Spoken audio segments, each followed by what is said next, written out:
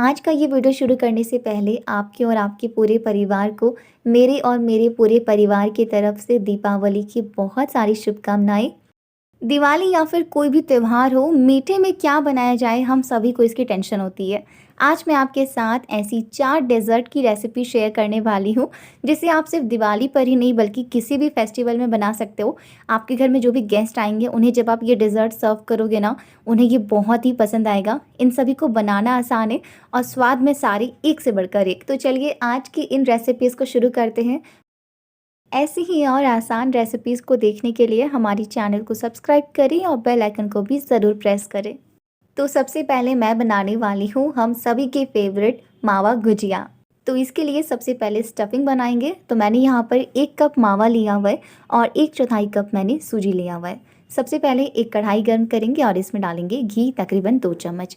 इसके बाद हमें इसमें सूजी को डाल देना है और इसे लगातार चलाते हुए अच्छी तरीके से गोल्डन ब्राउन होने तक भून लेना है। तो इसे लो फ्लेम पर भूनेंगे और जब सूजी अच्छे तरीके से भुन जाएगी तो इसमें लास्ट में इलायची का पाउडर डाल के उसे निकाल लेंगे। उसी कढ़ाई में अब मैं थोड़े से ड्राई फ्रूट को रोस्ट कर रही हूँ, तो आप अपनी पसंद की कोई भी ड्राई फ्रूट ले सकते हो। मैंने थोड़े से काजू और बादाम लिए और उन्हें हल्का सा गोल्डन होने तक रोस्ट कर लिया। और अब हमें मावा को भुनना है। तो मैंने एक्स्ट्रा कुछ भी घी वगैरह नहीं डाला है, क्योंकि मैंने ये मावा ना मार्केट से लिया हुआ था। तो इसीलिए ना हमें इसे हल्का सा भुनना होगा ताकि ये बिल्कुल स्मूथ हो जाए।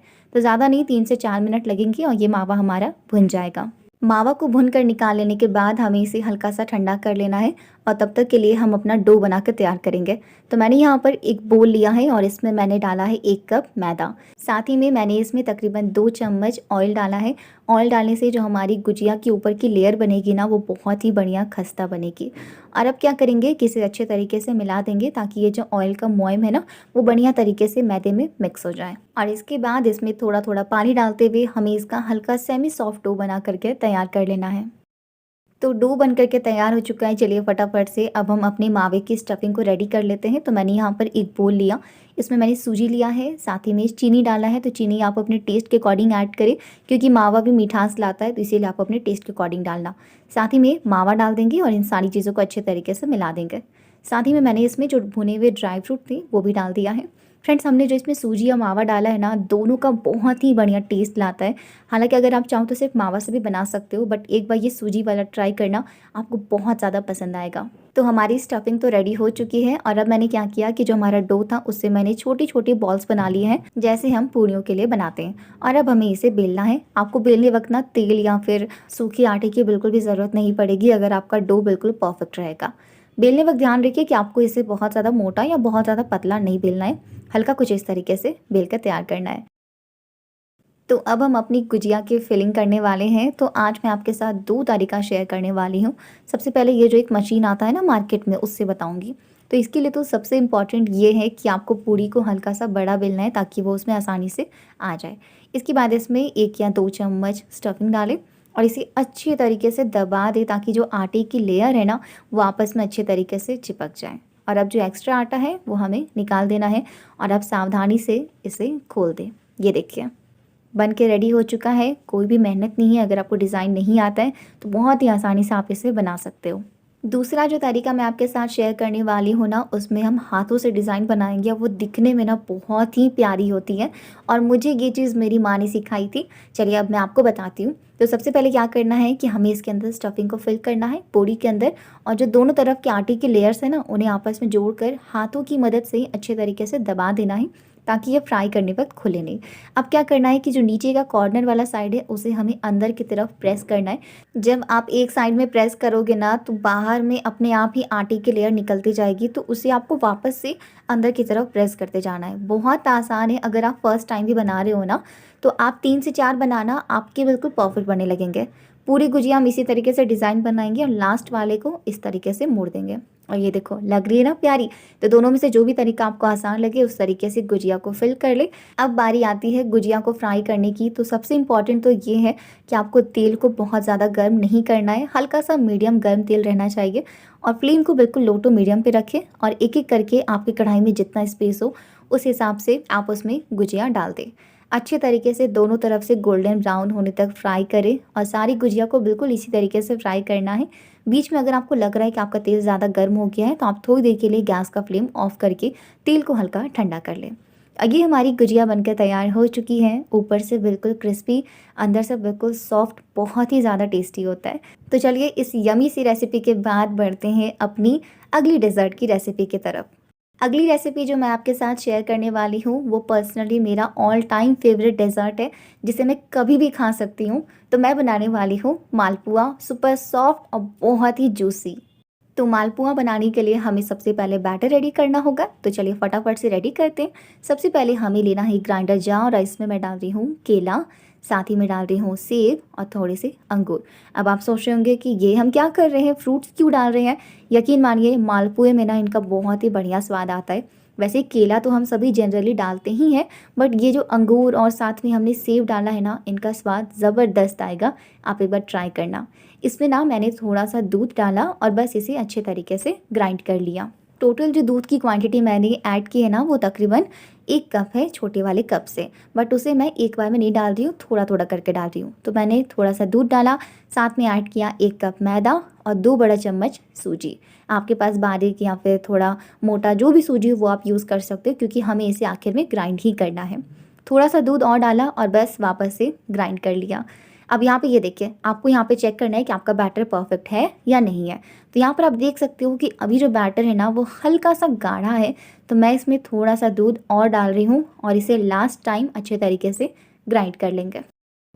और बस ये देखो, ना ज़्यादा मेहनत करना और ना बहुत ज़्यादा टाइम देना, ये हमारा मालपुए का बैटर बनकर तैयार हो चुका है। इसे निकाल लेंगे और अब इसे ज़्यादा नहीं, बस 2 से 3 मिनट के लिए ना हमें इसे हल्का सा फेंट लेना है, यानी कि अच्छे तरीके से मिक्स कर लेना है। इस तरीके से बैटर बनाने का फ़ायदा ये है ना कि जब आप नॉर्मली बैटर बनाते हैं ना हाथों की मदद से फेंट के, तो उसमें बहुत टाइम तक हमें उसे लगातार फेंटना पड़ता है और जिसमें हाथों की बैंड बज जाती है, बहुत ज़्यादा मेहनत लगती है और काफ़ी समय भी जाता है।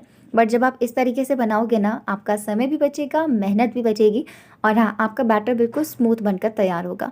आपको ना बस इसकी कंसिस्टेंसी पे खास ध्यान रखना है कि आपका बैटर ज़्यादा पतला या फिर ज़्यादा गाढ़ा ना हो, वरना अगर ज़्यादा गाढ़ा रहेगा ना तो हमारा जो मालपुआ है वो अंदर से कच्चा ही रह जाएगा। तो इस बात का ध्यान रखें। और ये जो हमारा बैटर है वो तो रेडी है। चलिए फटाफट से अब हम बनाएंगे शुगर सिरप। इसके लिए मैंने यहाँ पर 1 कप चीनी लिया हुआ है और इसमें मैं डाल रही हूँ आधा कप पानी। ध्यान रखिए कि जितना आप चीनी यूज़ कर रहे हैं उसकी आधी क्वांटिटी हमें पानी की डालनी है और अब इसे लगातार चलाते हुए हमें इसे अच्छे तरीके से बॉईल कर लेना है। साथ ही मैं इसमें डाल रही हूँ इलायची का पाउडर फ्लेवर के लिए। आप चाहो तो केवड़ा एसेंस या फिर चाहो तो केसर भी ऐड कर सकते हो, जो भी आपको पसंद है फ्लेवर वो आप इसमें डाल सकते हो। तो अब हम चाशनी को आराम से पकने देते हैं।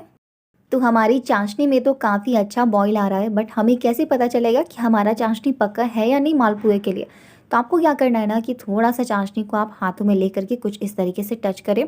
तो तार ना पूरी तरीके से फॉर्म नहीं होगा, बट हाँ फॉर्म होने की स्टार्टिंग में होगा, यानी कि ये बिल्कुल परफेक्ट है, ज़्यादा नहीं पकाना। तो गैस का फ्लेम ऑफ करके इसमें नींबू के टुकड़े डाल देंगे। इससे होता ये है ना कि चाशनी हमारी जमती नहीं है।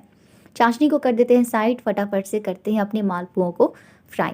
तो सबसे पहले ना इसके लिए मैंने यहाँ पर एक कढ़ाई में तेल गर्म होने के लिए रखा हुआ था। थोड़ा सा बैटर डाल के चेक कर ली, तो बैटर जो है ना वो कुछ सेकंड्स के बाद ऊपर आ रहा है, यानी कि बिल्कुल परफेक्ट गर्म तेल है, क्योंकि मालपुआ के लिए ना हमें बहुत ज़्यादा गर्म तेल नहीं चाहिए। तो अब फ्लेम हमारा बिल्कुल मीडियम पे रहेगा और इसमें हमें मालपुआ का बैटर डालना है, छोटा बड़ा जिस साइज़ के आप पसंद करते हो। यहाँ पे ना सबसे इम्पॉर्टेंट बात, आप ना जिस बर्तन में मालपुआ को फ्राई कर रहे हो ना, इस बात का ध्यान रखिए कि वो बर्तन ना थोड़े मोटे तले का हो।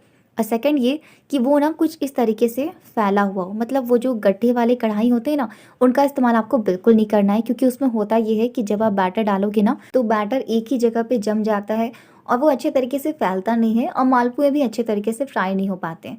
तो इसलिए इस बात का ध्यान रखें। तो मालपुए जब नीचे के साइड से हल्का सा फ्राई हो जाए, हल्का गोल्डन हो जाए, तो इसे पलट ले और दोनों तरफ से ही अच्छे तरीके से गोल्डन ब्राउन होने तक हमें इसे फ्राई कर लेना है। एक बैच के मालपुआ को मैंने निकाल लिया और इसी तरीके से बाकी मालपुआ को भी हमें फ्राई करना है। मालपुआ को निकालने के बाद ना आपको इसे तुरंत चाशनी में डालते जाना है और इसे अच्छे तरीके से मिला दे, ताकि अच्छे तरीके से ये चाशनी को एब्जॉर्ब कर ले। सारे मालपुआ को बिल्कुल इसी तरीके से फ्राई कर लेंगे। ये हमारा गर्मा गर्म और रसीला बहुत ही टेस्टी मालपुआ बनकर तैयार हो चुका है। वैसे तो मालपुआ को किसी भी एक्स्ट्रा गार्निशिंग की ज़रूरत नहीं है, बट फिर भी मैंने थोड़े से आमंड्स डाल दिए हैं इसके ऊपर। और ये हमारा बहुत ही यमी मालपुआ बनकर तैयार हो चुका है। सुपर सॉफ्ट है और सुपर जूसी है। तो चलिए मालपुआ के बाद बढ़ते हैं आज की तीसरी डेजर्ट की रेसिपी की तरफ। फ्रेंड्स, आगे बढ़ने से पहले आप सभी से माफ़ी मांगती हूँ जो बीच में आवाज़ आ रहे हैं पटाखों के। आई होप कि आपको वीडियो समझ में आ रहा होगा, अच्छे तरीके से रेसिपीज़ क्लियर होंगी। बट उसके बावजूद अगर आपको कोई भी डाउट है ना, तो आप कमेंट में मुझे पूछ सकते हो, मैं आपकी डाउट क्लियर कर दूँगी। तो चलिए बढ़ते हैं अगली रेसिपी की तरफ। नेक्स्ट रेसिपी जो मैं आपके साथ शेयर करने वाली हूँ ना, ये दिखने में इतनी खूबसूरत होती है ना, आपके घर में जो गेस्ट आएंगे ना, जब आप उन्हें ये सर्व करोगे तो इसकी प्रेजेंटेशन से ही वो बहुत ही खुश हो जाएंगे और आपकी बहुत तारीफ़ करेंगे। बट यकीन मानिए, बनाने में ये बहुत ही सिंपल है। तो चलिए इसकी रेसिपी को भी देख लेते हैं। इसके लिए मैंने यहाँ पर एक पैन लिया हुआ है, इसमें मैंने आधा चम्मच घी डाला है। घी का इस्तेमाल ही करें जितना हो सके, बहुत ही बढ़िया स्वाद आता है। इसके बाद मैंने इसमें डाल दिया है सेवई, तकरीबन आधा कप। और इसे ना हमें लो टू मीडियम फ्लेम पर अच्छे तरीके से भून लेना है। अगर आप इसे हाई फ्लेम पर भूनोगे ना, तो इसके जलने का खतरा रहता है। इसीलिए इसे आप मीडियम फ्लेम पर भूनिए ताकि अच्छे तरीके से गोल्डन हो। हमें इसे बहुत ज़्यादा ब्राउन नहीं करना है। जब हल्का सा गोल्डन हो जाएगा ना, तो बस गैस का फ्लेम ऑफ कर देंगे। और अब मैंने यहाँ पे लिया हुआ है दूध, तकरीबन आधा लीटर, जिसे मैंने बॉईल होने के लिए रखा हुआ है। जब तक हमारा दूध बॉईल हो रहा है ना, तब तक मैं यहाँ पे क्या कर रही हूँ कि मैंने यहाँ पे लिया हुआ है कस्टर्ड पाउडर। आपके पास जिस भी फ्लेवर का अवेलेबल है उसका इस्तेमाल आप कर सकते हो। मैंने यहाँ पर 1 चम्मच लिया है, जिसमें मैंने थोड़ा सा दूध डाल करके और इसे अच्छे तरीके से मिला दिया है ताकि इसका एक बढ़िया सा मिक्सचर रेडी हो जाए। इसका इस्तेमाल हम आगे करेंगे। तो अब यहाँ पर हमारे दूध में काफ़ी अच्छा बॉईल आ रहा है, तो मैंने ना इसमें सेवई डाल दिया है जिसे हमने भून करके रखा हुआ था। सेवई को डाल करके इसमें अच्छे तरीके से मिला देना है। इस टाइम पे जो हमारा फ्लेम है वो लो टू मीडियम पे रहेगा। साथ ही में मैंने इसमें चीनी डाल दिया है, तो चीनी टोटली आप अपने टेस्ट के अकॉर्डिंग ऐड करें, ज़्यादा मीठा या कम मीठा जैसा आप पसंद करते। मैंने तकरीबन 2 से 3 चम्मच चीनी का इस्तेमाल किया है। इसे भी डाल करके इसमें अच्छे तरीके से मिला देना है और अब हमें इसे पकाना है। अब यहाँ पर आती है सबसे इम्पॉर्टेंट बात। आज जो मैं डेज़र्ट बना रही हूँ ना, इसका नाम एक्चुअली है सेवई कस्टर्ड। जब हम नॉर्मली सेवई बनाते हैं तो हम सेवई को कम्प्लीटली पक जाने तक पकाते हैं, है ना। लेकिन आज जो हम डेज़र्ट बना रहे हैं ना, इसके लिए हमें सेवई को पूरे तरीके से नहीं पकाना है। हमें ना इसका एक भाग जो है वो कच्चा रहने देना है। तो इसलिए इस बात का ध्यान रखिए कि आप इसे टोटली ना पकाएं। तो 3 से 4 मिनट मैंने इसे पकाया है। इस टाइम पर मैं इसमें डाल रही हूँ कस्टर्ड वाला मिश्रण जो हमने बना करके रखा हुआ था। इसी डालने वक्त ध्यान रखिए कि ऐसा नहीं कि सारा मिश्रण एक बार में डाल दें। अगर आप एक बार में डालोगे तो उसमें लम्प्स पड़ेंगे, मिक्स करने में दिक्कत होगी। तो इसीलिए थोड़ा थोड़ा करके डालते जाएं और दूसरे हाथ से मिलाते जाए, इसे लगातार चलाते हुए। और अब हमें इसे लो फ्लेम पर ही पकाना है जब तक जो हमारा मिश्रण है वो हल्का सा गाढ़ा होना शुरू हो जाए। ज़्यादा टाइम नहीं लगेगा। कस्टर्ड डालने के बाद ना ये काफ़ी जल्दी जल्दी गाढ़ा होना शुरू हो जाता है। तो थोड़ी देर तक पका लेने के बाद अब जो हमारा मिश्रण है ना, बहुत ही अच्छे तरीके से गाढ़ा हो चुका है। आप देख सकते हो कि जब मैं कलछी से इसे चला रही हूँ ना, तो पीछे इसकी बहुत ही बढ़िया लेयर बन रही है, ये देखिए। तो ये इस बात का साइन है कि अब हमें इसे एक्स्ट्रा नहीं पकाना है, क्योंकि ठंडा होने के बाद ये हल्का गाढ़ा होगा। तो अगर आप शुरुआत में ही ज़्यादा गाढ़ा कर दोगे ना, तो बाद में ये और भी ज़्यादा गाढ़ी हो जाएगी, फिर वो अच्छी नहीं लगेगी।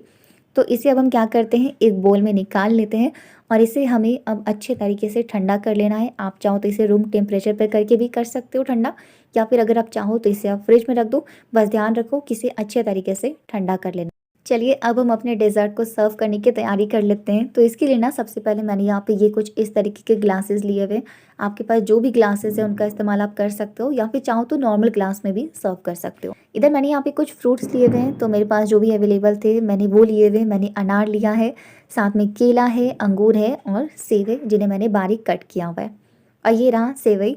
तो मैंने ना थोड़ी सी सेवई बचा करके रखे हुए थे सर्विंग के लिए, तो वो मैंने लिए हुए। इन्हें हमें ग्लासेस में थोड़ा थोड़ा डाल देना है। इसके ऊपर मैं डाल रही हूँ थोड़े से फ्रूट्स। तो जो भी फ्रूट्स मैंने लिए हुए उन सभी को हमें थोड़ा थोड़ा करते हुए डाल देना है। अगर आपके पास ये सारे फ्रूट्स अवेलेबल नहीं है ना, तो आपके पास जो भी फ्रूट है उनका इस्तेमाल करके आप इसे बना सकते हो। तो फ्रूट्स की सबसे पहले एक लेयर बना देने के बाद अब हमें इसमें डालना है वो सेवई वाला और कस्टर्ड वाला मिश्रण जो हमने ठंडा होने के लिए रखा हुआ था। ध्यान रखिए कि आपको इसे पूरे तरीके से ठंडा कर लेना है, क्योंकि इस डेजर्ट का जो असली स्वाद है ना, जब ये बिल्कुल चिल ठंडा होगा ना तभी आएगा। तो मैंने इसमें थोड़ा थोड़ा वो मिश्रण डाल दिया और इसके ऊपर वापस से हमें डालना है फ्रूट्स और इनकी वापस से एक लेयर बना देनी है। इसी के साथ ना आप चाहो तो इनमें कुछ ड्राई फ्रूट भी ऐड कर सकते हो। तो मैंने ना यहाँ पे थोड़ी सी काजू और किशमिश लिए हुए। आपके पास जो भी अवेलेबल हो उनका इस्तेमाल आप कर सकते हो। साथ ही में मैंने यहाँ पे थोड़ी सी टूटी फ्रूटी डाले हैं। आपके पास जो भी इस तरीके की चीज़ें हैं ना, आप उस तरीके से इन्हें यूज़ कर सकते हो इनकी प्रेजेंटेशन के लिए। तो इनकी लेयर्स बना लेने के बाद वापस से इसके ऊपर हमें डालना है वो सेवई और कस्टर्ड वाला मिश्रण। और लास्ट में हमें इसके ऊपर थोड़ी सी फ्रूट्स, ड्राई फ्रूट और जो भी हमने टूटी फ्रूटी ली हुई है ना, उनसे इनकी वापस से गार्निशिंग कर देनी है।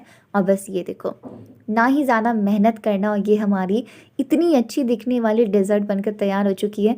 वैसे ये दिखने में तो है ही परफेक्ट, बट ट्रस्ट मी, इसका स्वाद उससे भी ज़्यादा बेहतर है, बहुत ही ज़्यादा टेस्टी होता है। इसमें आपको सेवई का स्वाद आएगा, आपको कस्टर्ड का स्वाद आएगा, प्लस ये जो फ्रूट्स हैं और ये जो ड्राई फ्रूट है ना, ये इनको बहुत ही क्रिस्पी फ्लेवर देते हैं, बहुत ही क्रिस्पी टेस्ट देता है, तो वो भी बहुत अच्छा लगता है।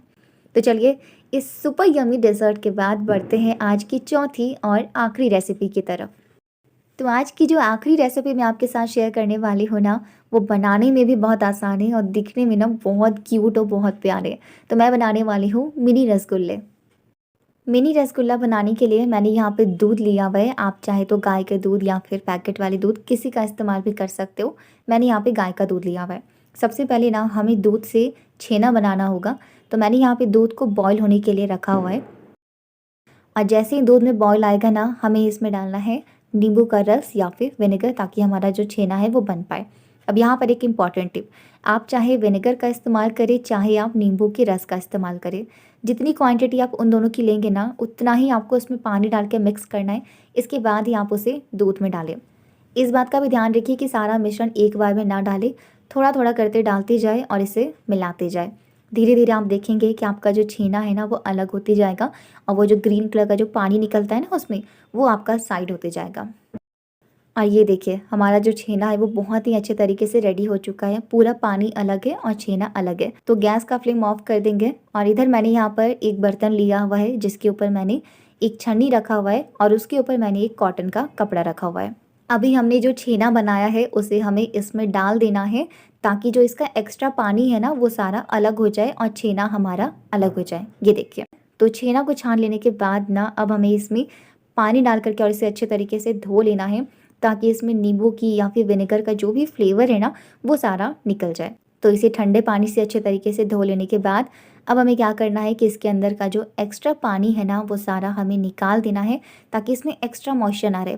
अब यहाँ पर ना आपको इसे बहुत ज़्यादा भी नहीं दबा देना है, ताकि इससे सारा मॉइस्चर ही चला जाए। तो इसीलिए हल्का सा दबाए जितना पानी निकल रहा है, और इसके बाद ना इसे बांध करके तकरीबन आधे से 1 घंटे के लिए कहीं पर साइड रख दे, ताकि जो भी इसका पानी होगा ना, वो बूंद बूंद में अपने आप ही निकल जाएगा। तो जब तक हमारा छेना रेडी होता है ना, तब तक हम चाशनी बनाकर तैयार कर लेते हैं रसगुल्ला के लिए। तो मैंने यहाँ पर लिया हुआ है एक बर्तन, और इसमें मैंने चीनी डाला है 1 कप, और इसमें मैंने डाला है तकरीबन 2 कप पानी। इसके लिए जो हमें चाशनी चाहिए वो कोई तार वाली नहीं रहेगी, हमें बस चीनी और पानी को मेल्ट होने तक पकाना है। तो सबसे पहले तो इस बात का ध्यान रखिए कि जितना आप चीनी ले रहे हो, आपको उसका डबल पानी लेना है, और इसके बाद ये इस बात का ध्यान रखिए कि आपको इसे बहुत ज़्यादा नहीं पकाना है। तो चाशनी हमारा पक रहा है, और तब तक के लिए ये रहा हमारा छेना, जिसका जो भी एक्स्ट्रा मॉइस्चर था ना, वो सारा निकल गया। और अब ना मैंने इसे निकाल लिया एक प्लेट में। अब यहाँ पर सबसे इम्पॉर्टेंट बात आती है, और सबसे मेहनत वाली बात आती है, क्योंकि यहाँ पर अब आपको छेना को अच्छे तरीके से मिक्स करना है, बिल्कुल अच्छे तरीके से इसे रगड़ना है अपने हाथों की हथेली की मदद से। ये स्टेप बहुत इंपॉर्टेंट है। इसी पे डिपेंड करता है कि आपका जो रसगुल्ला बनेगा वो सॉफ्ट बनेगा या हार्ड बनेगा, जूसी बनेगा या नहीं बनेगा, स्पॉन्जी रहेगा या नहीं। इसलिए आपको इस बात का ध्यान रखना है कि आप इसे अच्छे तरीके से मिक्स करो। अब पता कैसे चलेगा कि आपका ये अच्छे तरीके से मिक्स हुआ है या नहीं? तो जब आप इसे 4-5 मिनट के लिए मिक्स कर लो लगातार, इसके बाद आप थोड़ा सा बॉल बना के चेक करो, छोटा सा। जब वो बॉल बिना किसी क्रैक के होगा ना, यानी कि बिल्कुल परफेक्ट है। अब उससे ज़्यादा इसे मिक्स नहीं करना। तो यहाँ पर आप देख सकते हो कोई भी क्रैक्स नहीं है, बिल्कुल स्मूथ बॉल है, यानी कि हमारा जो छेना है ना, वो बहुत ही बढ़िया मिक्स हुआ है अच्छे तरीके से। अब इसकी हम चाहे जो भी मिठाई बनाए, रसमलाई बनाए, रसगुल्ला बनाए, मिनी रसगुल्ला बनाए, या कोई भी मिठाई बनाए, वो बनने वाली है बिल्कुल सॉफ्ट। तो अब इस टाइम पे मैं डाल रही हूँ 1 छोटी चम्मच अरारोट का पाउडर। हमें बहुत ज़्यादा इस्तेमाल नहीं करना है इसका। अगर आपके पास अरारोट का पाउडर नहीं है तो आप कॉर्नफ्लावर या फिर मैदे का इस्तेमाल भी कर सकते हो। साथ ही में मैंने इसमें थोड़ा सा डाला है food colour, yellow food colour, तकरीबन 1 चुटकी। बिल्कुल ऑप्शनल है, अगर आप नहीं चाहते हो तो आप इसे स्किप भी कर सकते हो। अब हमें इन सबको अच्छे तरीके से मिक्स करके वापस से अच्छे तरीके से मसलना है, ताकि हमने जो अरारोट डाला है वो भी बढ़िया तरीके से मिक्स हो जाए।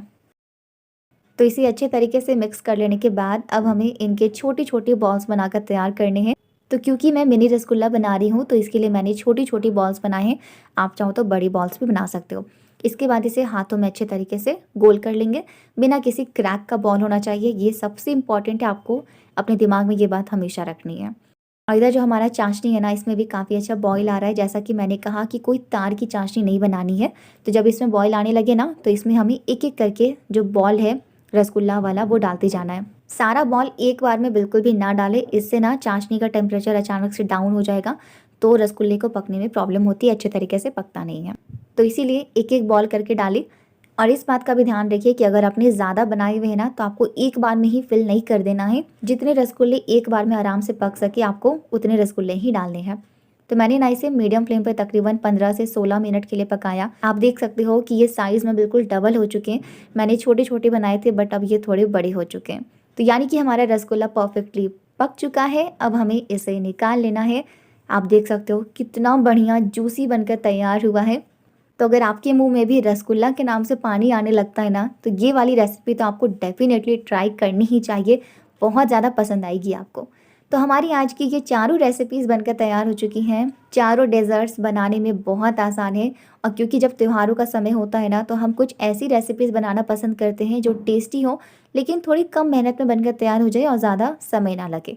तो ये रेसिपीज़ आप ट्राई कर सकते हो, आपको भी बहुत पसंद आएगा, आपके फैमिली मेम्बर्स को पसंद आएगा, और जो गेस्ट आएंगे ना, उन्हें तो डेफिनेटली सारी रेसिपीज़ ही बहुत पसंद आएगी। और अगर आज की इस वीडियो से आपको थोड़ी सी भी मदद मिली और रेसिपीज़ आपको पसंद आई, तो प्लीज़ वीडियो को लाइक ज़रूर करें और वीडियो को ज़्यादा से ज़्यादा शेयर ज़रूर करें। मिलती हूँ आपसे किसी दूसरे वीडियो में किसी दूसरी रेसिपी के साथ। तब तक के लिए आप सभी अपना ख्याल रखिए, and happy Diwali to all of you.